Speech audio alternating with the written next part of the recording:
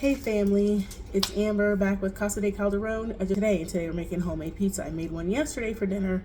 Came out very good. It fed 3 of us, and we each had at least 2 pieces of pizza. I think I had 3, and I think my husband had 3. My mom had 2.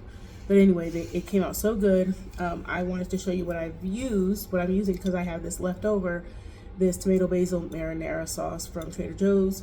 It has a few more ingredients than I like to have in it, especially some ingredients that, not that I can't mention them, but there's a few things in here that I wouldn't necessarily like in my pasta sauce. But whatever pasta sauce you have and you can afford, especially in this time with the economy and the food prices so high, whatever works for your family, use that.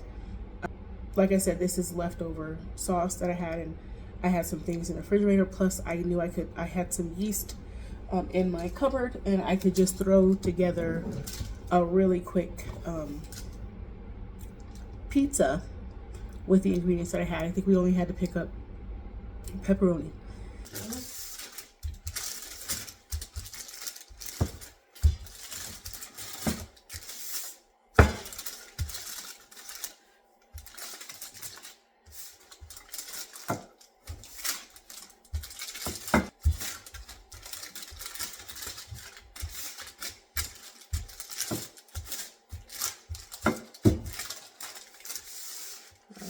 So you can see that it's getting that nice round pizza dough shape.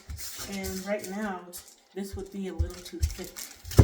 I'll put a little olive oil on my hands so that way when I toss this pizza a little bit, I know when they talk about hand tossed, if you've ever been to a pizzeria and you see them throwing around the pizza dough, throwing it up in the air, I'm not that skilled, so I'm not going to try and do anything like that, but I will try to spin it on my hands. Like this kind of helps it stretch the pizza dough.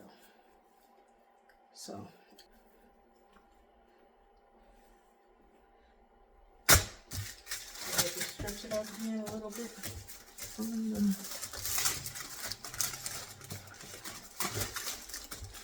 the parchment paper, so that way it'll have a good amount of crust.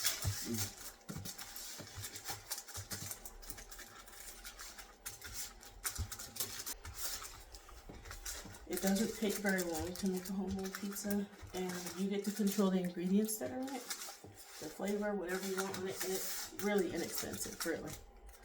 One bag of pepperoni like this will do 2 pizzas, and this bag was like $3.99. So actually, I like to put a little bit of olive oil on the pan. It's easier to just rub it in there. Kind of like when you grease a pan to make a cake. And then I kind of like try to pinch this dough to the edges. You want to try to spread it like that. Like I said, if you want it more to where you have a thicker crust, you can just pat it down like that, so it's kind of smoother and closer to the edge. Like that.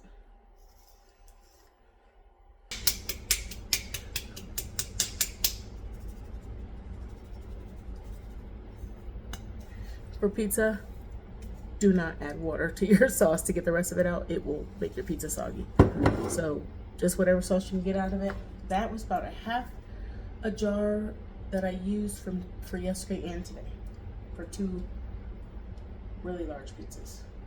Next, we're gonna put the cheese. So, start in the middle, kind of sprinkle it out and around. So if you just have time to just shred it up, I don't know, sometimes they have those shredders that you just like crank around. They're kind of like, they're easier so you're not moving your hand back and forth like I did, but you could try that. If you have one of those shredders, that will be a lot faster, but I recommend shredding your cheese. And like I said, and I don't know what it is about bacon on a pizza, but it just adds a layer of flavor and taste, and it smells so good when it's cooking. Yeah, you gotta try it if you haven't tried bacon on pizza. I just didn't like the taste of it, but my taste buds changed since I've gotten older, and I really like it a lot. So I eat bacon, ham, and things like that. So anyway, got the ham, the bacon, the onions on. Now I'm adding this final layer of pepperoni. Let's see if we'll use it all. We might use it all just because yesterday's pizza probably could have used a little bit more pepperoni. Didn't realize how stingy I was on the pizza yesterday with this pepperoni. Sheesh.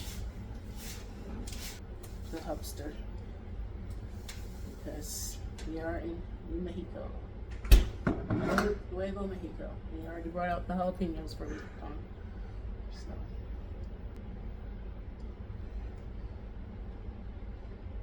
Alright. So we'll go with that. Get some extra. Here's from Rosetta. Sliced hot. Yep, good stuff. I like their banana peppers and their olives.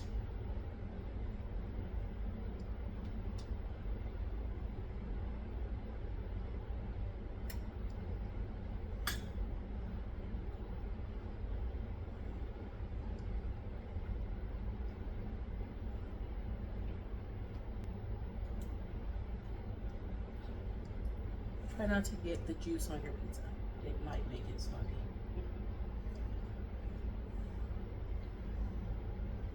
So we put on the jalapenos. I don't know, y'all tell me, have you ever had jalapenos on your pizza? Don't forget there's bacon, onions, and green bell peppers on this, along with ham and is there ham on this one? I don't know if you put ham. I didn't put ham on this one, so this one's gonna be a little different. I forgot I didn't slice up any more ham. You can put some more ham and then You want me to put more ham? and throw some more cheese on top. Yeah. That's all the cheese we need. Yeah. Yeah, throw me some ham. It's going in the oven. Okay. Here's the pizza. The pizza's going in. And I have to put it on the light so we can see it.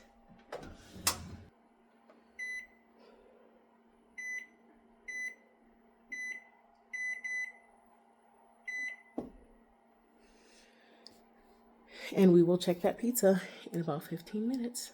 Be right back. See you in a few. Figured while we're waiting for the pizza to cook, I'm gonna start just waiting, measuring my husband's head for a cowboy hat and his feet for some cowboy boots. Yay! He's going back to his roots, Texas. So, well, he's not going back to Texas, but he's going back to what he used to wear back in the day when he was younger, long before he met me. Anyway, wow, that looks delicious. Let me go ahead and pull it out the oven and see if it's ready. Today, it looks even more like a pizzeria pizza because I didn't turn the temperature down. I didn't turn it down to 425 sometimes, so I like a little bit softer.